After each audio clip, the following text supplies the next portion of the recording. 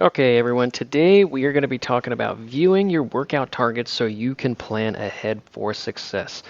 So you can see here that we're going to have three examples right through here, but just know that these examples can stretch across a range of workouts. It doesn't have to be something as simple as just these three workouts is what we're going to be for targeting specific parameters.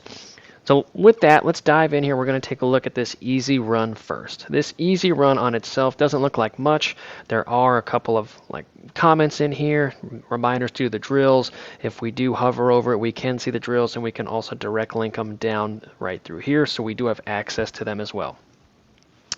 What is uncommon about this one, or something that you might not notice if you just skipped over this, is it has a spots. It has a steps per minute target for us on this endurance section here. This could be a number of different things. This could be an athlete that is struggling with the higher cadence of traditional running to help drive some of those other forces that we would like to see over the course of an endurance event, like an iron distance or a half iron distance triathlon. Even for marathons and half marathons, it's a similar thing, but it just depends on who you are as an athlete. These targets that we just highlighted right here are very athlete dependent. They might be a little lower, they might be a little higher, but throughout the progression, they are going to be changing based off of not only the phase that we are training, but also you and your improvement. And so that is a quick little view about that. So now let's dive on over to something like an endurance bike ride. Okay, we saw the easy bike or the easy run earlier, and now we're going to shift over to the easy bike, where we do have a similar thing going on right over here, which is that 90 to 105 RPM for this person. Again, this is a warm-up. There's no targets out there, just a wattage based target. Then we're going to repeat this 5 times of 20 seconds and 9 minutes and 40 seconds there, with the 90 to 105 RPM right there.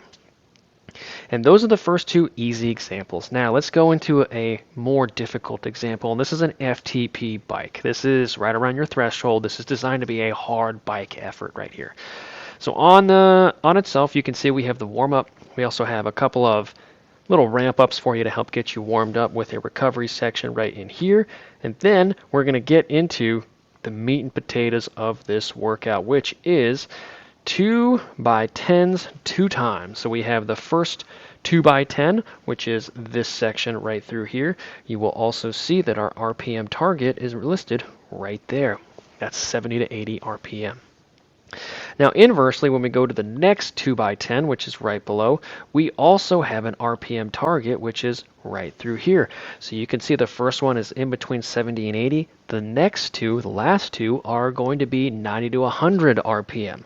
And again, this is just an example here. This can be very athlete dependent, depending on how we are progressing throughout this phase or who you are as an athlete. These targets will change, and they're not dependent for everyone. Okay, they are totally independent of all other athletes, and we can change this and modify this and mold this based off of who you are and what we want to get out of your training here.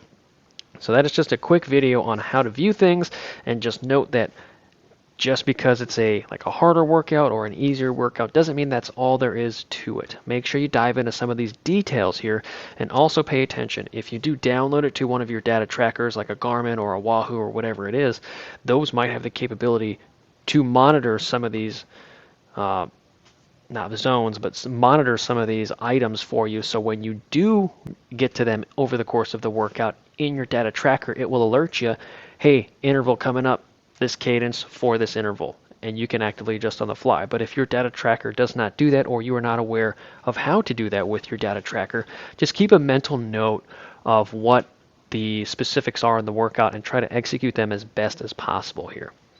And so that is just a quick video on how to view your workout targets and allow you to plan ahead from those targets. If you have any other questions, please let me know, and I'll be happy to dive into this a little bit further for you.